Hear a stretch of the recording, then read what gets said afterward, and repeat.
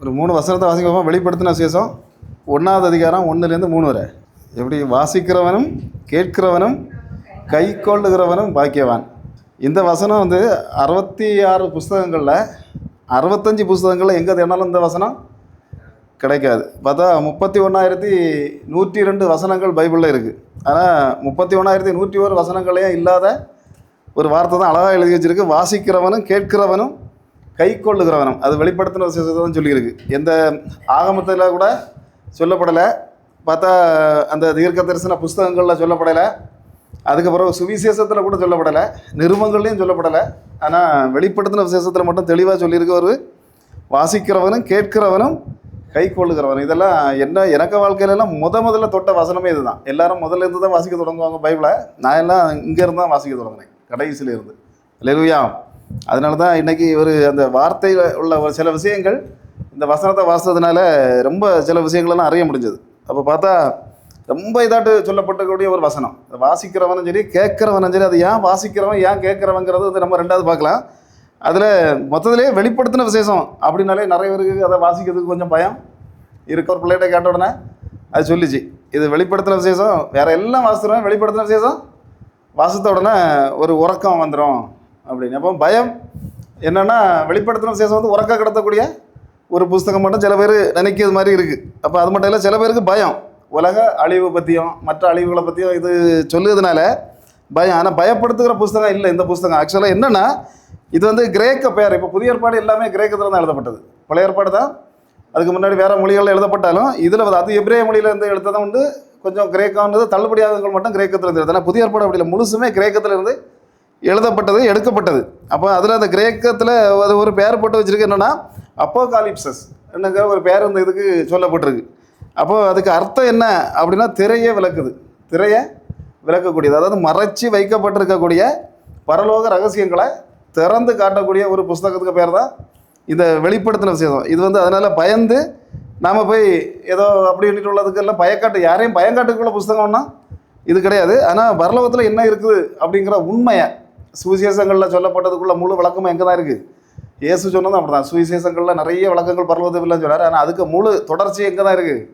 இங்கே தான் இருக்குது. அதுலேயும் இல்லை, இயேசு வந்து இங்கே சிலுவையில் இறங்கும் போது ஆணியில் தொங்குனவராட்டம், மரியாளுக்கு வயிற்றில் வந்து இறங்கி வந்ததை, அந்த மாதிரிப்பட்ட சிச்சுவேஷனில் பல விஷயங்கள் வசனங்களெல்லாம் சொன்னார். ஆனால் இது அப்படி இல்லை. இந்த வசனம் சொல்லும்போது அவருக்கு லெவல் வேறு. அதில் போட்டிருக்கு, அக்கினி ஜுவாலைக்கு ஒத்த கண்களை உடையவராக. எப்படி? சிலுவையில் அரைஞ்ச இயேசுவில் அங்கே நிற்கிது. நியாய தீர்ப்பு கொடுக்கக்கூடிய ஒரு இயேசுவாக சொன்ன வசனங்கள் தான் இந்த வசனம். இந்த வசனம் பூமிக்கு அனுப்பி கொடுத்தது இயேசுங்கிறத தெளிவாக அந்த வசனம் சொல்லுது. யார் தான் சொன்னால்? இயேசுன்னு அப்படி சொல்லுது. இப்போ பார்த்தா 3 வசனங்களில் இதுக்குள்ளே முதல்ல வந்து ஒரு அதுக்குள்ள ஒரு ரத்த சரித்திரம் இதுக்குள்ளே அடங்கியிருக்கு. 3 வசனத்துலேயுமே அது என்ன வசன சரித்திரம் அப்படின்னு சொன்னால், இயேசு கிறிஸ்துக்கு பிறகு 90, இயேசு பிறந்து ஒரு 90வது வருஷம். அந்த நேரத்தில் ரோம பேரரசன், அவனுடைய பேர் வந்து தி கிரேட் டொமிசியன் சக்கரவர்த்தி ஆட்சி செய்து கொண்டு இருக்கிறான். அப்போ ஆட்சி செய்து கொண்டு இருக்கும்போது தான் ஒரு ஆணை போட்டாங்க, கர்த்தராகி இயேசுக்கு பேரில் எவனாவது பேசினான்னு அவனுங்க கழுத்தை அறுத்து என்ன செய்திருங்க, தொங்க விட்டுருங்க, தீர்த்து கட்டிருங்கன்னு அவன் ஒரு ஆர்டர் போட்டு அந்த நேரம். அப்போ ஒருத்தனையாக கொண்டுகிட்டு இருக்கும்போது ஒரு 7 8 சபைகளை கட்டி ஒரு பாஸ்டர் இருக்கார். அந்த பாஸ்டரை தூக்கி கொண்டுலான்ட்டு தேடி போன நேரத்தில் தான் அங்கே பாக்கியிருந்த கிறிஸ்தவர்களெல்லாம் என்ன செய்துட்டாங்க, தூக்கி காட்டு மிருகங்களுக்குள்ள தூக்கி போடுவதும் சரி, இல்லை எண்ணெய் சட்டிக்குள்ளே போடுவதும் சரி, அநேக கழுத்தரப்பு வீர சாகசங்களெல்லாம் என்ன செய்தாங்க, ரோமர்கள் செய்தாங்க. ஏன்னா இவங்களை ஒன்றும் செய்ய முடியாதுங்கிறதெல்லாம் அவங்க செய்தாங்க. ஆனாலும் அதை தெளிவாக அந்த தெர்லியூத்தியன்ட்டு ஒரு சொல்லக்கூடிய ஒரு வரலாற்று ஆசிரியர் அதில் தெளிவாக எழுதி போட்டு வச்சிருக்கிறார் ஒரு விஷயத்தை. என்னென்னா, ரோமாபுரியில் இப்போ இருக்கக்கூடிய ரோமில் இப்போ யார் இருக்கா? போப்பு இருக்கார், அப்படி தானே? அந்த ரோமில் வச்சு நடந்த காரியங்கள் என்ன அப்படின்னா, யோவானை தூக்கி என்ன செய்தாங்க, தண்டை எண்ணெய் சட்டிக்குள்ளே தூக்கி போட்டாங்க. ஆனால் எண்ணெய் சட்டியில் 100 டிகிரிக்கு மேலே நல்லா கொதிச்சுட்டு இருக்கும்போது அவர் ஒரு விஷயத்தை கேட்டார்.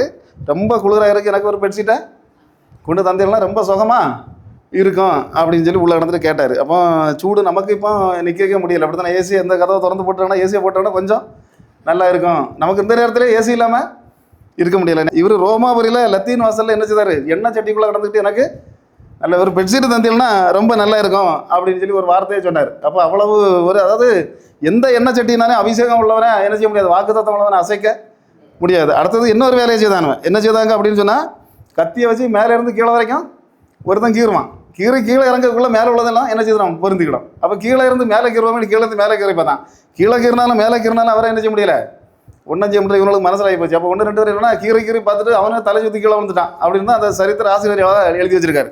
வாக்குத்தத்தம் இருந்தது நிரந்தரமாக. என்ன காரணம் வந்தாலும் அடுத்தவங்க கையினால சாவ 12 சீசர்களில் ஒரு சீசர் தான் அந்த வாக்குத்தத்தத்தை பெற்றிருந்தார். எப்படி சாவ மாட்டார் அப்படிங்கிறது. அதனால் என்ன செய்தான், என்ன வேறு வழி இல்லாமல் பத்மதீவுக்குள்ளே கொண்டு போட்டாச்சு. இப்போ பத்மதீவுங்கிறது எப்படி இருக்குன்னா, இப்போ அந்த ஏஜியன் கடலில் இருக்கக்கூடிய கொலை குற்றவாளிகளை கொண்டு போடக்கூடிய ஒரு இடம். அங்கே பாம்பு இருக்கா, மண்டவோடு இருக்கா, எல்லாமே ஏற்கனவே கொண்டு போட்ட அவங்களுக்கு மண்டவோடெல்லாம் புதைக்க மாட்டாங்க. அப்படி தானே, புதைக்கவே மாட்டாங்க. நம்ம இப்போ பைபிளெல்லாம் பார்த்தோன்னா தெரியும், கோலியாத்துக்கு தலையை கொண்டு வந்து எருசலேமில் வச்சு என்ன செய்தார் அவர், எருசலேமில் கொண்டு புதைச்சாங்க. எருசலேமில் புதைச்ச இடம் எது அப்படின்னு கேட்டால் அதான் பெரிய விஷயம். கபாலஸ்தலம் என்ன பண்ண சொல்லக்கூடிய இயேசுவை சிலுவையில் அரைஞ்ச இடம். அதனால தான் அங்கே கபாலஸ்தலம். கபாலனா மண்டை ஓட்டு இடம். மண்டை ஓட்டு யாருக்கு மண்டை ஓடு, மற்றவனுக்கு மண்டை ஓடு. அவனை எருசலேமுக்கு தலையை அறுத்து கொண்டு வந்தது யாரு, தாவீது எருசலேம் வாசலுக்குள்ளே கால் எடுத்து வச்சானே போட்டிருக்கு பைபிளில்.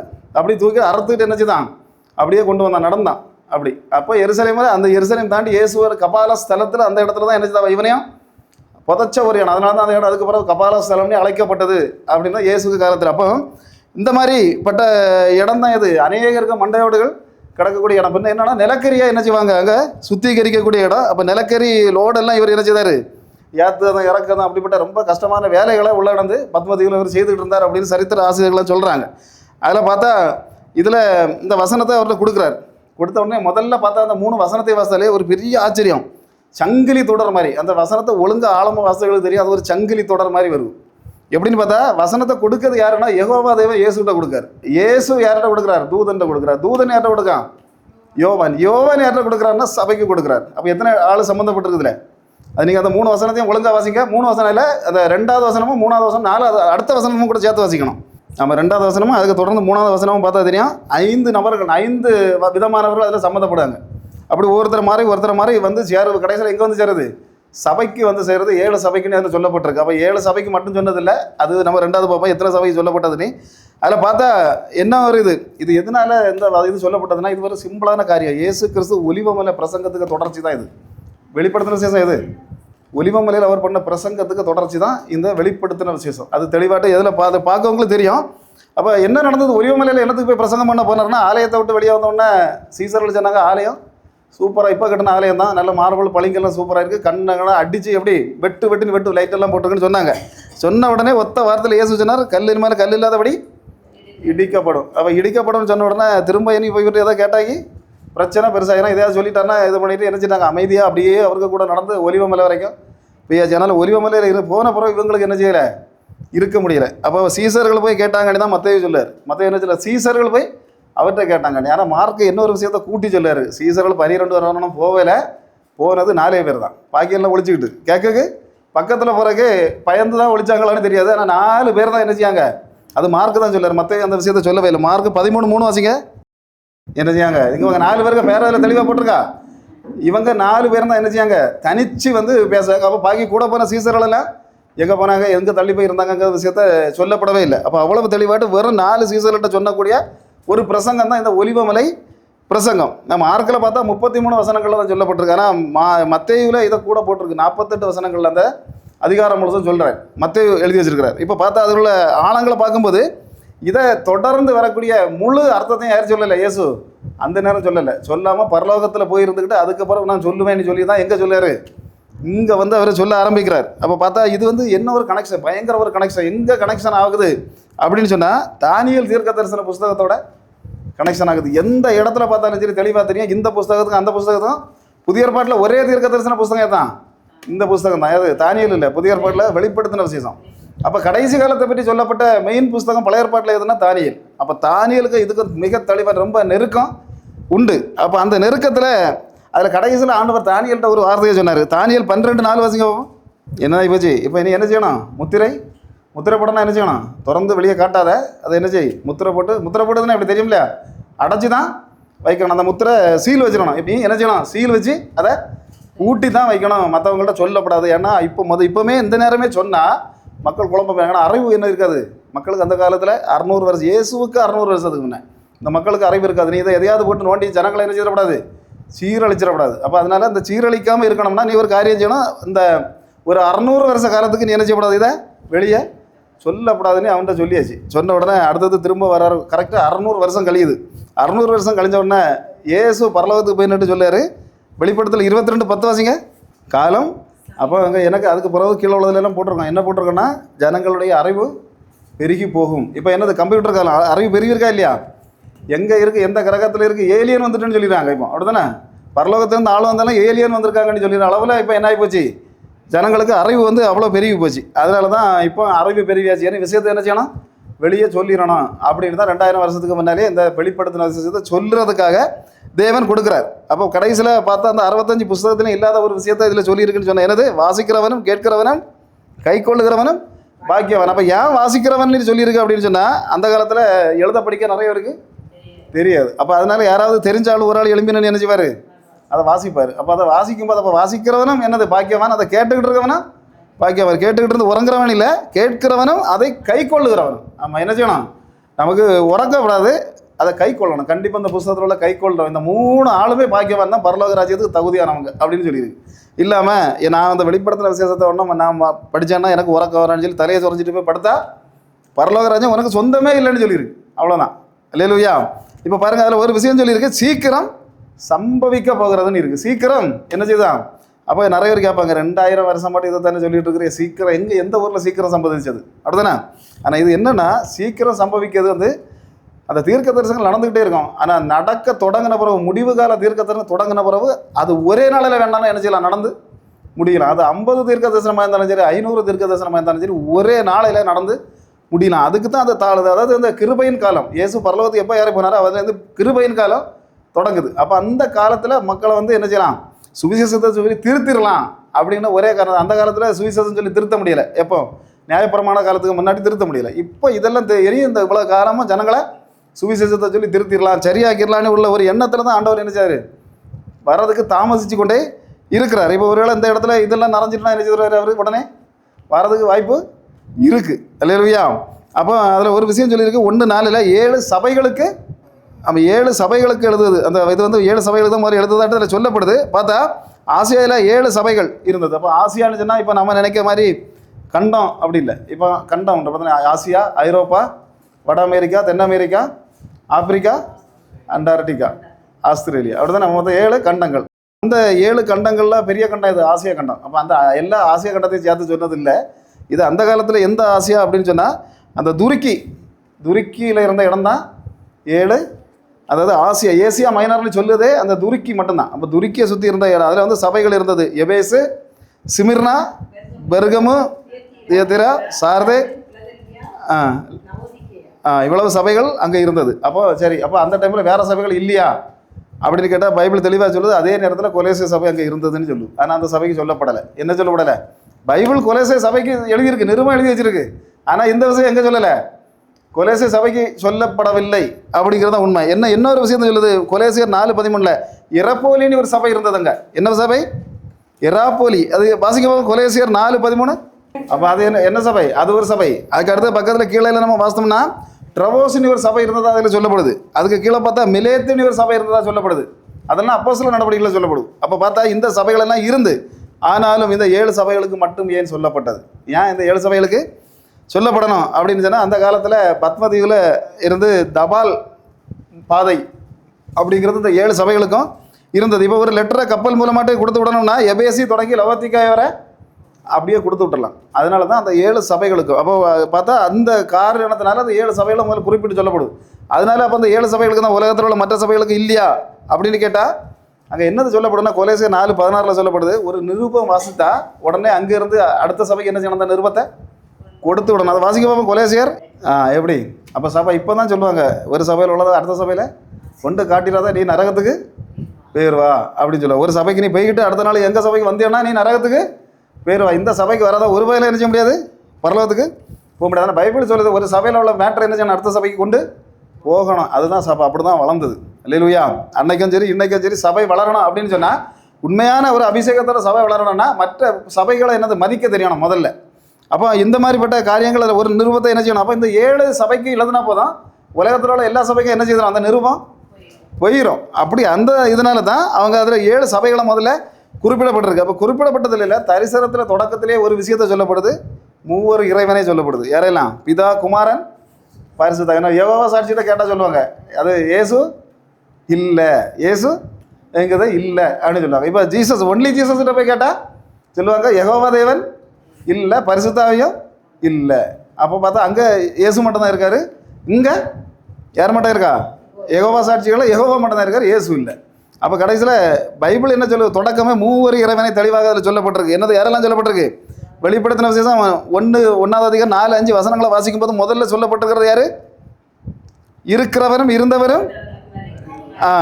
அப்போ என்னன்னா, மோசே வந்து அந்த காலத்தில் என்ன செய்யணும், ஆடு மேய்ச்சிட்டு ஊரை மலையில், மாமனாருக்கு ஆடுகளை மேய்ச்சிட்டு 40 வருஷமாக ஊரை மலையில் நினைச்சுதான் அப்படியே கறங்கிட்டு இருக்கான். கறங்கிட்டு இருக்கும்போது திடீர்னு தேவன் வந்து சொல்கிறாரு, நீ ஒன்று பண்ணணும், அங்கே ஒரு 20 லட்சத்துக்கு மேலே ஆள் இருக்குது, இதோட என்ன செய்யணும், கூட்டிகிட்டு நீ நேராக எகிப்துக்கு கிளம்பணுன்னு இவன் அதிர்ந்து போயிட்டான். நானே என்ன செய்வேன், திக்குவாயன், அப்படி தானே திக்குவாய், எந்த திக்குவாயை வச்சுட்டு அவங்கள்ட்ட போய் சொன்னால் எனக்கு அடி உறுதியாக கிடைக்கும். அதனால் தயவு செய்து ஆண்டவரை நீர் என்ன செய்யும், என்கிட்ட இந்த மாதிரி இருந்தால் எல்லாத்தையும் பேசிக்கிட்டு நிற்காதையும் அப்படின்னு சொன்னோன்னா, இயேசு கொஞ்சம் தேவன் என்ன செய்தார், கொஞ்சம் ஸ்ட்ராங்காக சொன்னார். சொன்ன உடனே இவன் கேட்டான், அடுத்தது உடனே நீர் சரி பேசுறதுலாம் சரிதான், நீர் யார் உங்ககிட்ட பேசினா அப்படின்னு கேட்டால் நான் அவங்கள்ட்ட என்ன பதில் சொல்லுவேன்? இப்போ 20 லட்சம் வரும் கேட்பான், கொஸ்டின் கேட்பான், யாரில் ஒன்று இங்கேருந்து எகிப்துலேருந்து கூட்டிகிட்டு போகிறது யாருன்னு அவன் கேட்பான். அப்போ அதுக்கு பதில் என்ன சொல்லணும்? அப்போ அன்னைக்குலேருந்து இன்னைக்கு வரைக்குமே தேவன் வந்து யெகோவான்னு பேர் அங்கே என்ன செய்ய மாட்டார். ஆனால் யூதர்களை இன்னைக்கு வரைக்கும் யூஸ் பண்ண மாட்டாங்க. யெகோவா நம்ம தான் சொல்லிடுவோம், இது யூஸ் அசால்ட்டா யெகோவா அப்படிடுவோம், அப்படி தானே இயேசுன்னிடுவோம், ஜீசஸ், யெகோவா எல்லாமே நம்ம சொல்லுவோம். அவங்க அந்த யெகோவாங்க பேரை யூஸ் பண்ண மாட்டாங்க. தேவன் அந்த நேரத்தில் யெகோவான்னு சொல்லலை, ஒரு வார்த்தை சொன்னார், இருக்கிறவராகவே. அதை தான் அங்கே சொல்லியிருக்கு, இருக்கிறவர் இருந்தவர். யார் அது? அப்போ எந்த தெய்வத்தை சொல்லியிருக்குது? அதுதான் முதல், அதாவது பிதா ஆகிய ஒரு தேவனை சொல்லப்பட்டிருக்கு. அதுக்கு தொடர்ந்து அடியில் அந்த 4வது வசனத்திலே சொல்லப்பட்டிருக்கு பரிசுத்தாவியானவர் சொல்லப்பட்டிருக்கு. என்ன சொல்லியிருக்கு? சிங்காசனத்திற்கு முன் 7. அப்போ பரிசுத்தாவியானவர் உண்டா? 7 ஆவிகளை சொல்லப்பட்டிருக்கு. இந்த 7 ஆவிகளும் யாருங்கிறத யார் சொல்லியிருக்காங்கன்னா, 700 வருஷத்துக்கு முன்னே இயேசு வாரதுக்கு 700 வருஷத்துக்கு முன்னே வாழ்ந்த ஏசாயா தீர்க்கதரிசி ஏசாயா 11:2 சொன்னார், 7 ஆவிகளும் எந்த ஆவிகள் அப்படிங்கிறத. அதை வாசிங்க பார்ப்போம். கர்த்தருடைய ஆவியானவர், அதுக்கு முன்ன சின்ன ஏழம் யாரு? கர்த்தருடைய ஆவியானவர்னா என்னது? ஆவியானவர், பரிசுத்த ஆவியானவர். அதை யார் சொல்லியிருக்கா? 7. அதுதான் இங்கே சொல்லியிருக்கு, 7 ஆவிகள். 7 ஆவிகளும் எப்படிப்பட்ட ஆவிகள்ங்கிறது ஏசாயா 700 வருஷத்துக்கு முன்னே அவர் எழுதி வச்சுட்டார். அப்போ பார்த்தா பிதா, குமாரன், பரிசுத்தாவி உண்டா இல்லையா?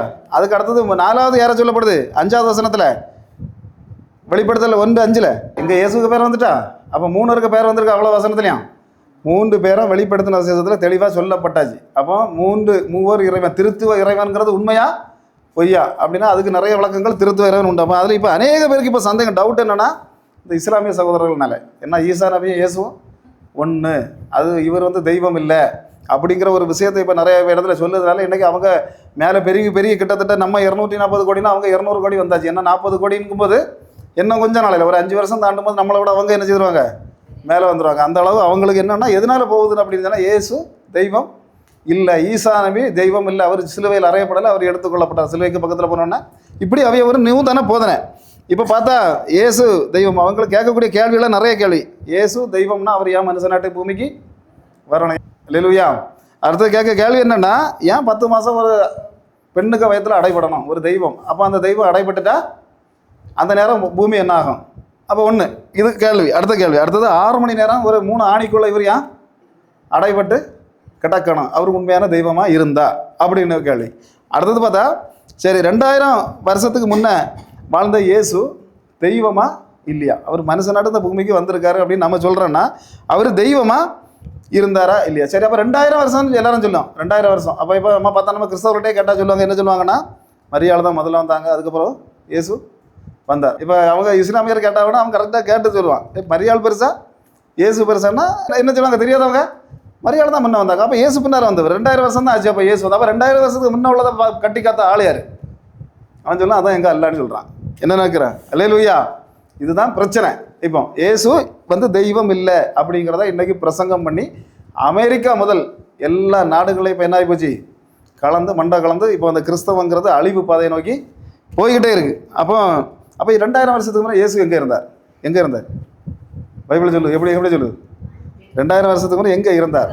பிதாவுக்கிட்ட இருந்தார்னு சொல்லுறதை விட 31,102 வசனங்களிலையும் ஒரே ஒரு வசனத்தில் ஒரு உண்மையான விஷயம் சொல்லப்படுது. என்ன அப்படின்னு கேட்டால், யோவான் 1:18 வாசிக்க பார்க்கலாம். 1:18. எங்கே இருக்கார்? அப்போ எங்கே இருந்தார் இயேசு? பிதாவின் எந்த பைபிளில் எந்த இடத்துல தேனாலும் இந்த ஒரு வசனத்துலேருந்து அவர் மடியில் இருந்தாருங்க வார்த்தை எங்கே போட்டிருக்கு? இந்த ஒரு வசனத்தில் தான். இன்னைக்கு கிறிஸ்தவர்கள் பேச வேண்டிய வசனம் இந்த ஒன்று தான். மற்றவங்கள்ட்ட வேறு எந்த வசனத்தை நீங்கள் பேசினாலும் என்ன செய்துருவான்? ஈஸியாக மடக்கிடுவான். அப்படி இல்லை, இப்படி இல்லை, அது இது 1000 கதையை விட்டுருவான். அவர் எங்கே இருந்தார் அதுக்கு முன்னே போட்டிருக்கு. அதுக்கு முன்ன ஒரு விஷயம் போட்டிருக்கு, குமாரனை தவிர வேற எவனை என்ன செய்ய முடியாது, தேவனை பார்க்க முடியாது. அப்போ பார்த்துக்கிட்டு இருந்த ஒரே ஆள் யார் தான்? இயேசு தான். அப்போ அதை தான் சொல்லிருக்கு. அதனால தான் மரியாள் வயத்தில் அவர் பிறந்து தான் முதல்ல இங்கே வந்தாரா? அப்போ மரியாள் தான் பெரிய ஆளா? மரியாதைகிட்ட சொன்னால் தான் எல்லா கதையும் நடக்குமா அப்படிங்கப்பட்ட கேள்விகளுக்கெல்லாம் ஒரே பதில் இயேசுவே சொன்னார். நானே அல்பாவும் உமேகம். அல்பானது கிரேக்க மொழியில் நம்பர் 1. அல்பா முதல் எழுத்து என்னது? அல்பா. கடைசி எழுத்து என்னது? ஒமேகா. அதனால தான் அந்த கிரேக்க இந்த பாஷையில் தேவன் சொன்னார், நானே அல்பாவும் உமேகம். அதுக்கு கீழே இன்னொன்று சொன்னார், ஆதியும் அந்தமுமாக இருக்கிறேன். அப்போ அதுக்கு அர்த்தம் என்ன அப்படின்னா, நான் மரியாளுக்கு வயத்தில் 10 மாதம் சுமக்கப்பட்டு வந்த நேரத்தில் வந்தவன் இல்லை. இந்த பூமி பிறகு தோன்றதுக்கு முன்னாலே ஆதியிலே இருந்த ஆள் அப்படிங்கிறத தான் அவர் இயேசு சொல்கிறாரு. அதனால் இது நம்ம மனுஷனாட்டு ஒரு அவதாரம் எடுக்கணுன்றதுனால அந்த தாய்க்கு மடியில் என்ன செய்தார்? அதனால் அவங்க பரிசுத்த கேடானவங்க இல்லை, மகா பரிசுத்த சார் எப்படி தானே? அவங்க உலக தலைமுறைகள்னா அவங்கள கொண்டாடும் அப்படின்னும் சொல்லியிருக்கு. ஆனால் ஒரு ஈட்டி ஆமாம் அநேக பேர் விழுவதற்கும் நீ காரணமாக இருப்பாய். யார்? நான் அந்த காலம் அவங்களுக்கு தெளிவாட்டு இயேசுவை கையில் ஏந்திட்டு போனோடனே அவர் என்ன சொல்லிட்டாரு? கையில் வாங்கின அந்த தீர்க்கதரிசி தெளிவாக இயேசுவை கையில் வாங்கி வச்சுட்டே சொல்லிட்டாரு, அநேக பேருக்கு நீ இடரலாக இருப்பாய் அப்படின்னு சொன்னால் அநேக பேர் அந்த நரகத்துக்கு போகிறதுக்கு நீ தான் காரணமாக இருப்பாய்ங்கிறத வந்து டைரெக்டாக சொல்லிட்டார். இந்த வசனத்தை வெளியே கொடுத்து நினைச்ச மாட்டாங்க, போதிக்க மாட்டாங்க. அந்த வசனத்தை தெளிவாக பார்த்தா தெரியும். அப்போ இதனால தான் சில மரியாள் அப்படிங்கிறவங்க. அப்போ இயேசு பழைய காலங்களில், அதாவது மரியாளின் வயிற்றில் பிறப்பதற்கு முன்பாக பூமிக்கு வந்திருந்தாருன்னு பைபிள் சொல்லுது. எத்தனை இடங்கள்ல? அநேக இடங்களில். ஒவ்வொரு இடத்தையும் தெளிவாக சொல்ல முடியும். இயேசு எப்போ வந்துட்டு போனார், எப்போ வந்தார்? ஏன்னா பிதாவை ஒருவன் என்ன செய்யலை, ஒரு காலம் காண முடியல. பிதா என்ன செய்ய மாட்டார், பூமிக்கு வரமாட்டார். வந்தா கண்டா என்னது ஆயிரும், அந்த ஆள் ஸ்பாட்ல கரிஞ்சு போயிடும். அதுதான் அங்கே உள்ள காரியம். அப்போ அதுக்கு முன்னே அப்போ அங்கே வந்ததெல்லாம் யார்? பூமிக்கு வந்து அநேக முறை பேசின ஆள் யார்? இப்போ வேற ஒன்றும் இல்லை. ஆதியாகமம் 18வது அதிகாரம் 1-3, 13, 14 வசனங்களை நம்ம வாசிக்கும் போது, மம்ரே சமபூமியில் ஆபிரகாம் இருந்து என்ன செய்யாரு? திண்ணையில் காலுக்கு மேலே காலை போட்டுட்டு இருக்காரு. அங்கே தூரத்தில் 3 பேர் வராங்க. 2 பேர் தேவ தூதர்கள், 3வது ஒரு ஆள் வரார். கூடால வர்றது யார்? தேவபுத்திரன். அவர் வரார். இப்போ வந்தவர் அங்கே என்னது, நல்ல ஒரு நல்ல மாட்டினை அடிச்சு கோழி அடிச்சு அப்படி தானே கொடுத்த உடனே பாக்கி 2 கிளம்பி போயிட்டாங்க. இவருக்கு போகிறதுக்கு மனசு இல்லை. யாருக்கு போகிறது மனசு இல்லை? தூதர்கள் கிளம்பி போயிட்டாங்க. இயேசுவுக்கு போகிறதுக்கு, தேவனுக்கு போகிறதுக்கு மனமில்லை. நீ அங்கேயே நிற்காரு. ஆபிரகாம்கிட்ட பேச. மற்றவங்க 2 எங்கே போனாங்க? சோதோம் குமாரா பட்டணத்தை அழிப்பதற்காக அவங்க 2 கிளம்பி போயாச்சு. இவர் ஏன் போகலை?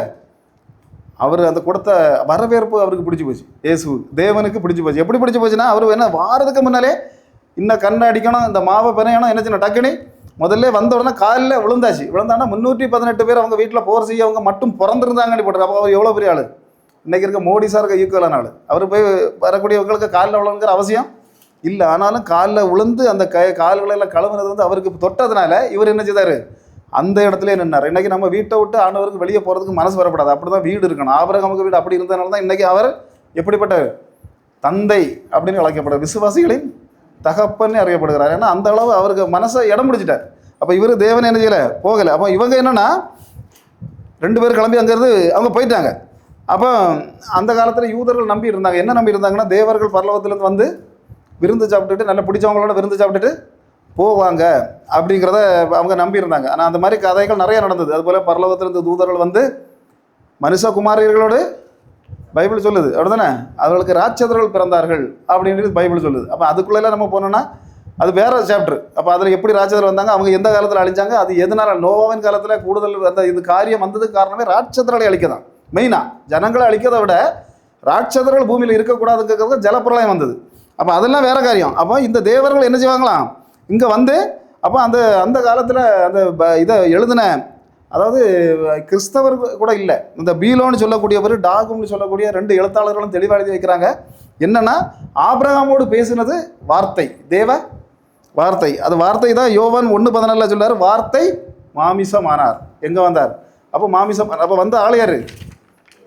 இயேசு அங்கே வந்தது இயேசு. இப்போ ஆபிரகாமுக்கு முன்னே யெகோவா தேவன் வந்திருந்து ஆபிரகாம் அட்ரஸ்லாம் போயிடுவார். அப்போ அது பூமிக்கு வந்து போகிறதுக்கு பவர் உள்ள ஆள் யார் தான்? இயேசு. இயேசு தான் அதில் வந்துட்டு போனார். யாக்கோபுட்ட சண்டை நடந்தது இதில் ஆதியாகமம் 32:24-30. யாக்கோபு என்னத்துக்காக போய் யாபோக்கு கடையில் போயிருந்தான், ஆத்தங்கரையில். ஏசாவுக்கு பயந்து அண்ணன் வெட்டி போட்டுருவான், தொலைச்சி போட்டுருவான்னு பயந்து என்ன செய்தார், ஒரு இடத்துல போய் இருக்கார். இருக்கும்போது திடீர்னு ஒரு புருஷன் வந்தாச்சு. அங்கே ஒரு புருஷன் வந்தாருன்னு போட்டுருக்கு. 2 பேருக்கும் அடி சண்டை, அப்படி தானே? விடிய காலம் வரைக்கும் மல்பிடி தான் 2 பேருக்கும் நடந்துகிட்டு இருக்கு. கடைசியில் என்ன விடுறான்னா ஆளிவர் நினைச்ச மாட்டார். என்ன வந்தாலும் என்னன்னா விடக்கு நான் தயாரில்லை, என்ன ஆசீர்வதிக்கணும் அப்படின்னு சொல்லிட்டு அடுத்தது ஒரு வார்த்தை சொல்லாரு, தேவனை முகமுகமாக கண்டேன் ஆனாலும் என் ஜீவன் எனக்கு தப்பியது. அது எதுக்கு சொல்லாரு? தேவனை முகமுகமாக கண்டேன். யெகோவா தேவனை கண்டால் சாவு உண்டுன்னு பைபிள் சொல்லுது, யாத்திராகமத்திலே சொல்லுது, நேராக கண்டால். அப்போ எந்த தேவனை இவர் கண்டார்? மல்லு பிடிச்ச தேவன் யாரு? இயேசு அந்த இடத்துல வந்திருந்தார். அப்போ மரியாளுக்கு வயிற்றில் பிறந்து வந்தவர் அல்ல இயேசு. அது வந்தது மனிதனாக்க மட்டும்தான். ஆனால் அதுக்கு முன்னாலே தேவனாக அந்த பூமிக்கு என்ன செய்துட்டு வந்தார்? அவர் வந்து கொண்டு தான் போனார். அதனால வந்து நம்ம வேற யார்ட்டையும் கேட்க வேண்டிய அவசியம் இல்லை. அதுக்கு முன்னாலே வந்து போய்கிட்டு இருக்கிறதுக்கு உள்ள ஒரு கெப்பாசிட்டி உள்ள ஆள் யார் தான்? இயேசு தான். பார்த்தா சில இடங்கள்ல எல்லாம் பார்த்தீங்கன்னா மோசே வந்து எரியக்கூடிய முள்செடியில் நிற்கான், அப்படி தானே? முள்செடிக்கு முன்னே ஆட மேய்ச்சி நிற்கும் போது பார்த்தா அதில் யாத்திராகமம் 32:2 நம்ம வாசித்தோம்னா தூதனாரவர் ஒரு வார்த்தையை சொல்கிறார். என்ன சொல்கிறாருன்னா, ஆபிரகாமுக்கும் தேவன், ஈசாக்குக்கும் தேவன், யாக்கோபுக்கும் தேவன் நானே. யார் வந்த ஆள் சொல்லார். பரலோக தூதன் வந்து நின்றுட்டு நான் தான் இவளுக்கெல்லாம் தெய்வம்னு சொல்ல முடியுமா? சொல்ல முடியுமா? எந்த இடத்துல சொல்ல முடியுமா? அந்த வசனத்தை நீங்கள் தெளிவாக வாசித்தா தெரியும். அதில் போட்டிருக்கு, ஆபிரகாமுக்கும் ஈசாக்குக்கும் யாக்கோபுக்கும் தேவன் நானே. முதல்ல எழுதியிருக்க தூதன் எழுதியிருக்கு. ஆனால் சொன்ன ஆள் யார் தான்? அந்த இடத்துல வந்தது இயேசு. அதில் தான் அந்த ஆரம்ப திருச்சபையில் வந்து ஒரு பெரிய ஒரு ரைட்டர் இருந்தார். அவர் தான் அந்த பிதா அப்படின்னு சொன்னாங்க, ஜஸ்டின் அப்படின்னு சொல்லக்கூடாது, ஜஸ்டின் மார்ட்டின் அப்படின்னு சொல்லக்கூடியவர். அவர் தெளிவாக எழுதி வச்சிருக்காரு. அந்த நேரத்தில் வந்த ஆள் யார் தான்? இயேசு தான் வந்தார் அப்படிங்கிறத தெளிவாக எழுதி. இன்னொரு விஷயம் சம்பவம் நடந்தது. யோசுவா 5வது அதிகாரத்தில் எடுத்து பார்த்தா எரிக்கோ கோட்டையை தகர்க்கணும். என்ன செய்யணும்? எரிக்கோ கோட்டையை சில விதிகளெல்லாம் தேவன் சொல்லியிருந்தார். 7 முறை சுத்தணும், நம்ம 7 எக்காலங்கள் ஊதணும், இப்படிப்பட்ட காரியங்களெல்லாம் கரெக்டாக 7 நாள் நடக்கணும், இதெல்லாம் சொல்லி வச்சிருக்கு. ஆனால் இந்த காரியங்கள் நடக்கும்போது ஒருத்தர் வந்து நிற்கிறார். என்னத்தை? ஒரு பெரிய வாளோட முன்ன வந்து இவங்க சுற்றும்போது வந்து நிற்கிறார். அப்போ யோசுவா பையன் மெதுவாக வந்து கேட்காரு, நீர் அந்த பக்கமாக?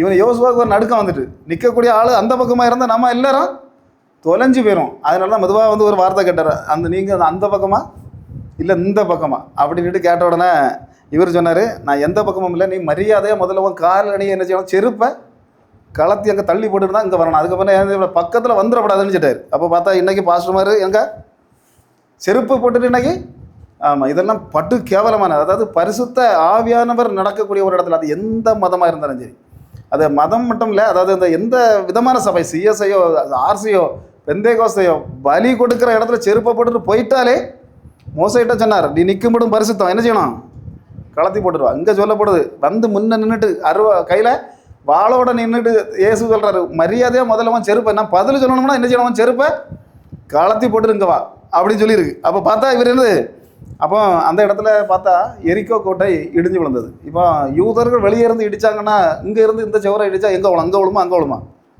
இடியில கடப்பாறையை வச்சு இடித்தானா அங்கே தான் என்ன செய்யலாம். எரிக்கோ கோட்டை முழுசும் அவ்வளவு சரித்திர ஆராய்ச்சியாளர்னு சொல்கிறாங்க, எரிக்கோ கோட்டை எங்கே யூதர்கள்னாங்களோ அங்கே தான் விழுந்து கிடந்தான். அப்போ இடிச்சு தள்ளினது யார்? அந்த இயேசு. அந்த இடத்துல வந்த எரிக்கோ கோட்டையை இடிச்சு தள்ளின ஒரு இயேசு.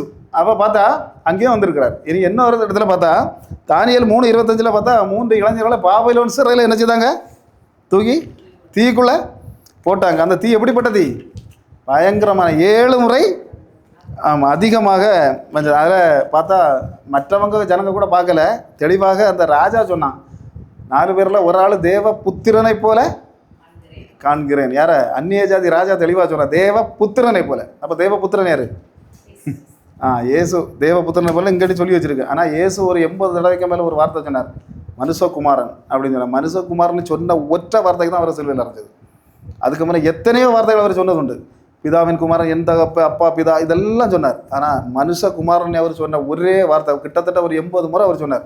எப்போ பார்த்தாலும் அவர் வெளியே சொல்லக்கூடிய காரியம், நீ யாருன்னு கேட்டால் அவர் சொல்லக்கூடிய வார்த்தை என்னது, மனுஷ குமாரன். அப்போ மனுஷகுமாரன் வார்த்தை தான் யூதர்களை என்ன செய்தது, சட்டையை கிழிக்க வச்சது, துணியை கிழிக்க வச்சது, எல்லா காரியமும் செய்ய வச்சு அவரை இயேசுவை சிலுவையில் தொங்க விடுறதுக்கு மெயின் காரணம் வார்த்தை இதுதான், இந்த வார்த்தை தான், மனுஷகுமாரன். ஆனால் இயேசு வந்து மனுஷகுமாரனாக பூமிக்கு 2000 வருஷத்துக்கு முன்னே வந்தாலும் அதுக்கு முன்னே பல தடவை என்ன செய்துட்டாரு, வந்துட்டு போயிட்டாருங்கிறது தான் பைபிள் சொல்லக்கூடிய தெளிவான உண்மை. அப்போ அதெல்லாம் நம்ம தெளிவாக அறிஞ்சிருந்தோம்னா நிச்சயமாக வேறு யார்ட்டையும் போய் உதவணும் அப்படி நம்ம கேட்க வேண்டியது வராது. அல்லேலூயா. கர்த்தர் தாமே இந்த வார்த்தைகளை பரிசுத்தப்படுத்துவார். ஆமென்.